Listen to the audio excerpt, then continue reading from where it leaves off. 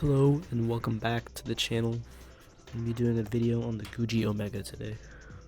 The Guji Omega is one of the two new cars in this update. Rarity of 1 in 30 million with a cash value of 7.5 million.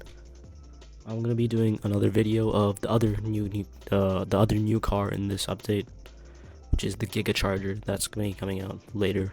I don't know when, but soon.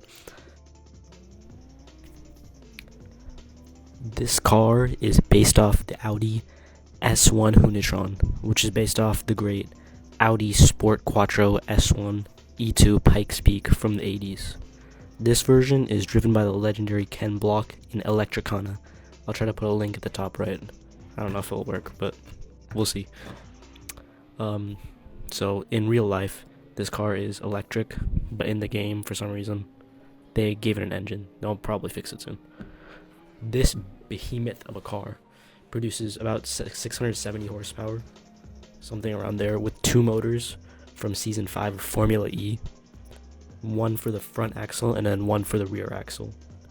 This also has a carbon fiber chassis that helps it get to the low weight of 3,696 pounds. Just crazy for EVs. The modifications for the real life version, took an estimated 10 to 12 million US dollars, which is an absurd value, obviously. So that earns the title of the most expensive Gymkhana car ever built. The insane amount of aero and engineering put into this masterpiece. It took Audi about 4 months to design this car and then about 6 months to build it. For reference, the Unicorn, which is the most iconic Hoonigan car, was about 2 years of designing and building with rushing, and then Audi just did theirs in just 10 months. The even crazier part about this is that many of the aspects of this car are made from scratch. Completely new components that have not been taken from other cars. However, a decent portion of the components under the hood are from other Audis. If you watch Hoonigan's video on about explaining the car, which is where I got most of the information from, to tell you that, like, oh, this piece is from an R8, this piece is from like something else, I forgot.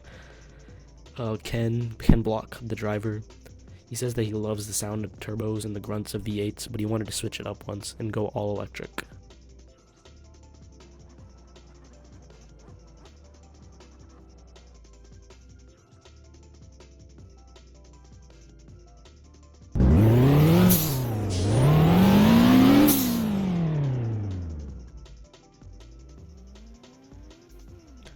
In the game, the 0 to 60 is 2 point. Actually, well, one little thing is, I didn't realize the way that when I add like a stopwatch in Premiere Pro, it doesn't do milliseconds, it does seconds and then frames. So that's a little oopsie on me.